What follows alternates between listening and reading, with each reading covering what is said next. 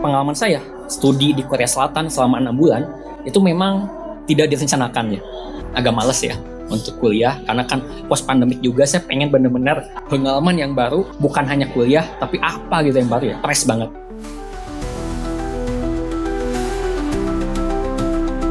Mungkin kalau orang Indonesia nyebutnya DJ, tapi menurut saya bukan DJ lah.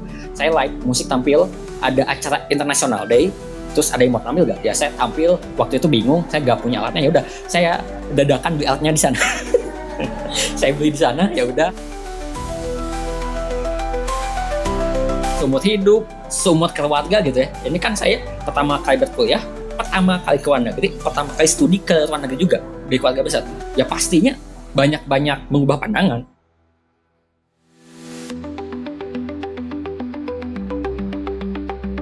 Selamat pagi, selamat siang, selamat sore, selamat malam semuanya. Perkenalkan, nama saya Fahrul Bojit Haman, umurnya 22 tahun. Saya berasal asli lahir dari Pangalengan, Bandung, Jawa Barat.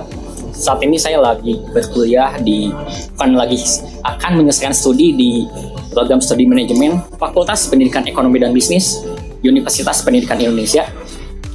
Saya adalah mahasiswa baru angkatan tahun 2019. Halo, selamat malam. Baik, sebelumnya saya ucapkan terima kasih karena telah. Sebagai konteks ya, saya adalah seorang sarjana pertama di keluarga besar dan keluarga kecil. Jadi keluarga besar itu adalah kakek, nenek, paman, bibi, terus sepupu, keponakan. Itu belum pernah ada yang mempunyai pengalaman kuliah. Otomatis di keluarga kecil pun ayah saya, ibu saya, dan kakak saya pun belum ada yang pernah punya pengalaman kuliah.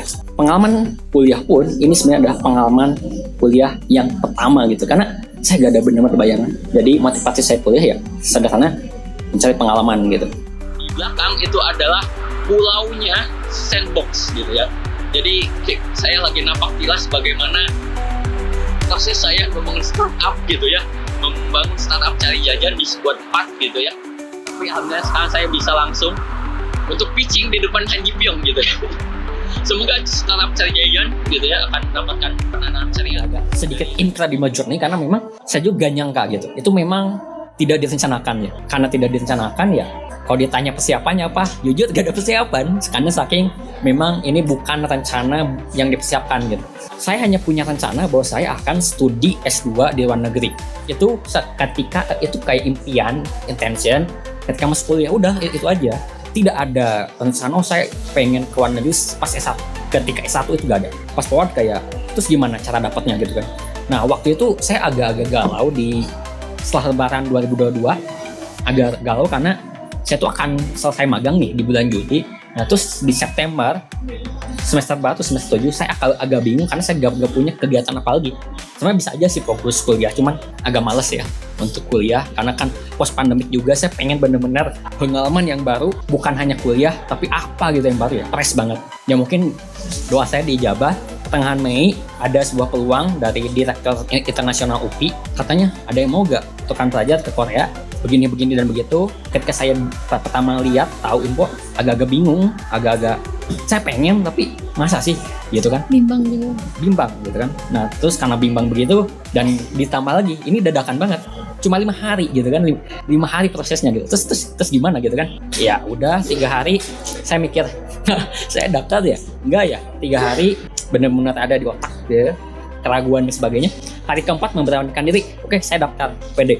Ya udah dari sana saya membereskan administrasi, segala persyaratan dikejar dan segala dramanya lah dengan kesibukan 3 hari terakhir itu. Ya udah selesai saya. Alhamdulillah sebulan kemudian saya dapat kabar baik bahwa saya bisa pergi ke Korea Selatan dalam waktu yang tahu itu sekitar kurang lebih 60 hari setelah pengumuman itu.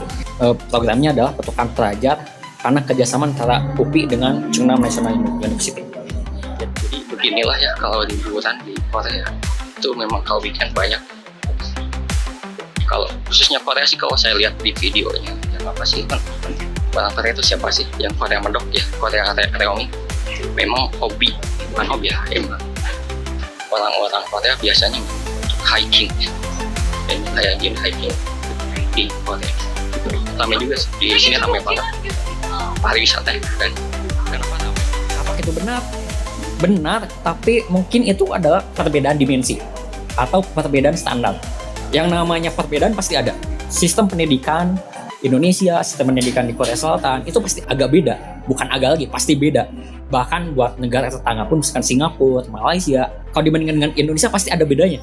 Tapi kalau ditanya apakah emang benar gitu, mahasiswa atau murid atau siswa yang ada di Korea Selatan itu ambis, ya ambis kalau memakai standar orang Indonesia.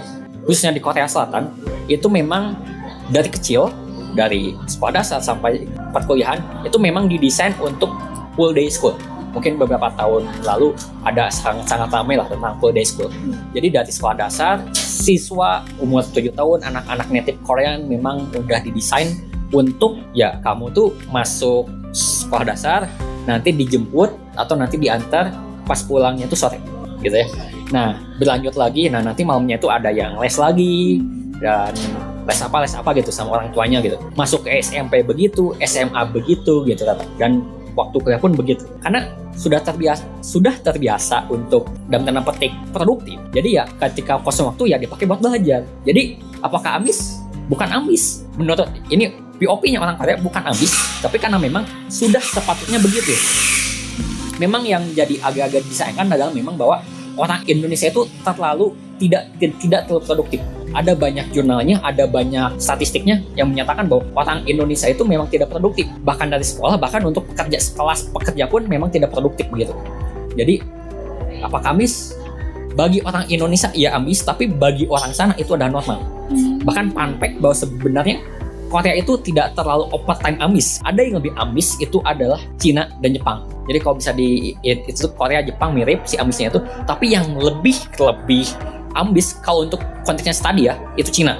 Tapi kalau konteksnya bekerja itu Jepang. Tapi kalau Korea itu kayak seimbang. Kerja sama studinya tuh ambisnya sama, cuman enggak seopernya Cina untuk studi atau enggak seopernya bekerja kayak Jepang gitu. Oke, ada orang kita tuh yang nggak jelas yang mau kayak warna baju print, baju print. Ya nanya saya, tapi untungnya saya emang nggak bisa bahasa Korea sih, jadi memang 이거 배터리야 민다 mau nawarin apa tapi orang bisa di sini lihat deh. Ya Mungkin sebenarnya kita tarik dulu dari awal bahwa ketika kita akan masuk kepada sesuatu budaya yang baru, sesuatu yang baru, kita tuh belum pernah ngalamin, kita pasti ada yang namanya tuh adaptasi. Nah, adaptasi ini tidak hanya budaya sebenarnya, tidak hanya bahasa ya, khususnya tidak hanya bahasa, tapi segala hal. Dari kita bagaimana misalkan tinggal, bagaimana kita bersosial, bagaimana kita tidur pun gitu ya. Makan, minum, tadi mungkin yang utamanya itu study gitu atau belajar, berkuliah, itu semua berubah dan kita memang harus beradaptasi. Challenge-nya memang mungkin adalah bahasa atau komunikasi. Nah, bagaimana mengatasinya? Ya sesederhana adalah bahwa ya ini adalah proses pendewasaan. Jadi sebenarnya yang namanya adaptasi yaitu akan apa ya? Itu kayak salah satu skill hidup, skill survival. Jadi kayak misalkan kayak mau kita, jangankan saya ke luar negeri sebenarnya, transisi dari lulus SD mau masuk SMP itu kan ada adaptasi. Cuman memang levelnya ketika kamu misalkan hidup di Indonesia, ketika mau hidup di luar negeri mungkin selama 6 bulan, ya adaptasinya banyak sekali. Kalau khusus spesifik bahasa, ya kamu harus belajar bahasa gitu. Nah cuman memang waktu itu karena saya short time juga sih, cuma 6 bulan itu ya. Karena memang programnya cuma 6 bulan, 1 semester, jadi saya hanya diwajibkan untuk memakai bahasa Inggris. Terus ya udah minimal bisa bahasa Inggris gitu. Nah terus untuk adaptasi sama native-nya gimana? Ya itulah bagaimana kepintaran kita pakai teknik atau apapun itu supaya kita bisa mudah beradaptasi. Minimal apa ya, kayak bahasa misalkan, atau kita lagi pergi belanja buat makan, ya kita pakai bahasa Korea tapi hanya sebatas selamat siangnya, selamat malamnya, perkenalkan nama, terima kasihnya doang. Jadi setidaknya daily conversation atau percakapan sehari-hari kita udah paham. Itu yang kedua. Kalau misalkan nggak bisa gimana? Ya cari teman yang bisa. Sesederhana itu. Dan ya mungkin levelnya adalah kalau udah di luar negeri yang tidak ada teman, tidak ada apapun itu, cuma sendiri, katakan level keberanian kita itu di tes gitu. Benar gak sih? Kita bisa beradaptasi. Jadi memang ya kita harus terbiasa itu. Jangankan bahasa. Saya juga sebenarnya agak-agak sedikit sulit di ketika mencari makan. Nah terus gimana caranya? Ya itu adaptasi, cari test and trial apapun itu, baru nanti ada kita ketemu satu titik bahwa oh inilah gaya hidup saya tuh begini. Oke, assalamualaikum warahmatullahi wabarakatuh. Jadi ceritanya saya sekarang tuh mau apa ya? Kali ini tuh saya rencananya mau nonton film gitu ya, tapi nonton film di Korea yang subtitlenya itu bahasa Aktivitas ya tentu banyak sih ya.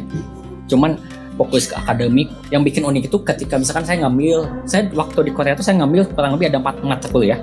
Dari sana rata-rata ya saya tuh pernah kayak nonton opera gitu ya. Mungkin di Indonesia belum aktivitas seni itu belum sekomersil di Korea, tapi ini kayak saya yang pertama itu nonton opera di bulan pertama, yang kedua terus di akhir bulannya itu saya ikut yang namanya itu field tour gitu ya. Saya ke museum bareng-bareng di satu matkul, kita belajar tentang sejarah Korea. Jadi saya tuh pergi ke museum kalau di Indonesia tuh kayak Monas, kayak sejarah perjuangan, sejarah kemerdekaan Korea itu di sana gitu. Saya ikut ke sana, nonton konser juga karena saya ngambil mata kuliah K-pop lah, Journey of the Korean Music gitu. Oh ada itu. Ada. Terus yang selanjutnya adalah saya tuh yang terakhir adalah saya pernah tampil live music. This is the last month I'm in South Korea, so I will represent the best from Indonesia. So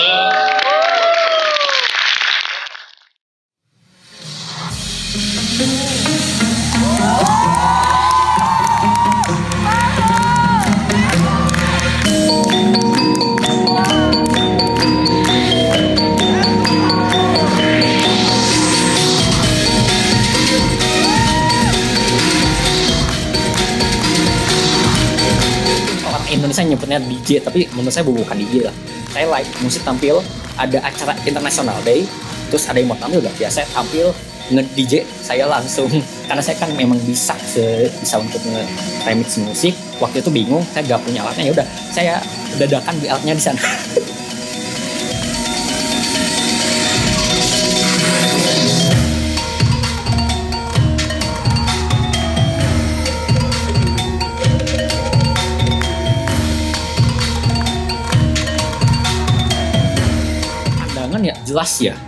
jelas berbeda ya, karena ketika kita mempunyai pengalaman pertama kali dalam hidup, seumur hidup ya kalau bahasa seumur hidup, seumur keluarga gitu ya. Ini kan saya pertama kali berkuliah, pertama kali ke luar negeri, pertama kali studi ke luar negeri juga dari keluarga besar.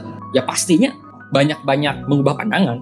Tapi mungkin karena memang saya udah terbiasa untuk mengubah pandangan sih, saya udah terbiasa atau fokus kepada pengembangan diri dari SMP bahkan ya.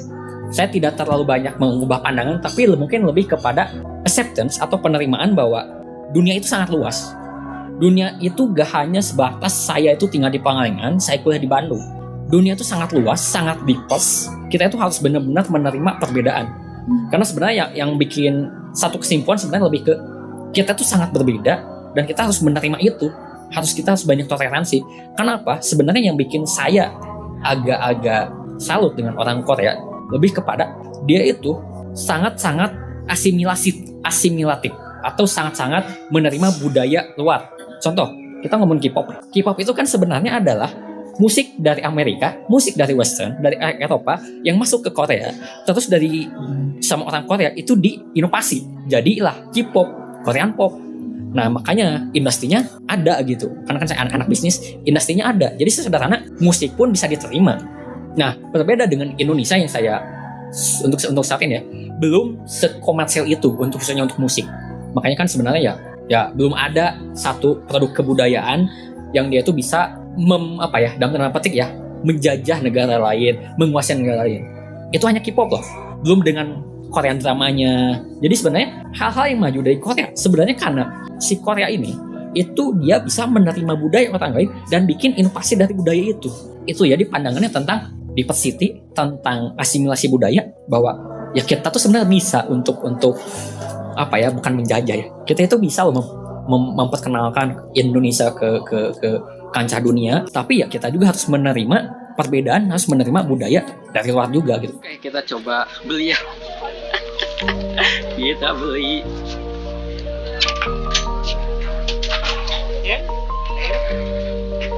Aku Anda, Pak Harul, itu ternyata bisa ke Korea tanpa ada persiapannya. Ya, saran saya persiapkan diri. Ya mungkin saya ngomongnya atau saya berpandangan waktu itu ya, saya tidak siap.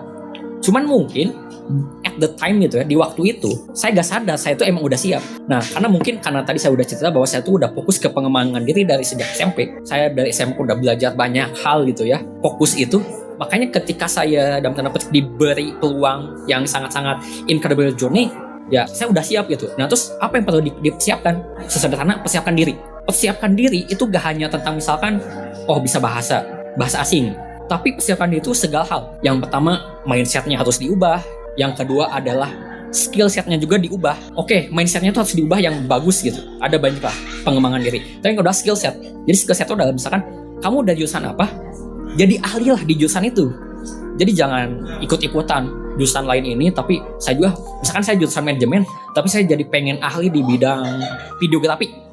Bisa sih kalau hobi, tapi kan tidak masuk. Menurut saya, coba kalau memang Anda jurusannya bahasa Indonesia nih, oke, jadilah ahli lah dalam hal sastra. Jadilah ahli dalam berbicara. Jadilah ahli dalam menulis.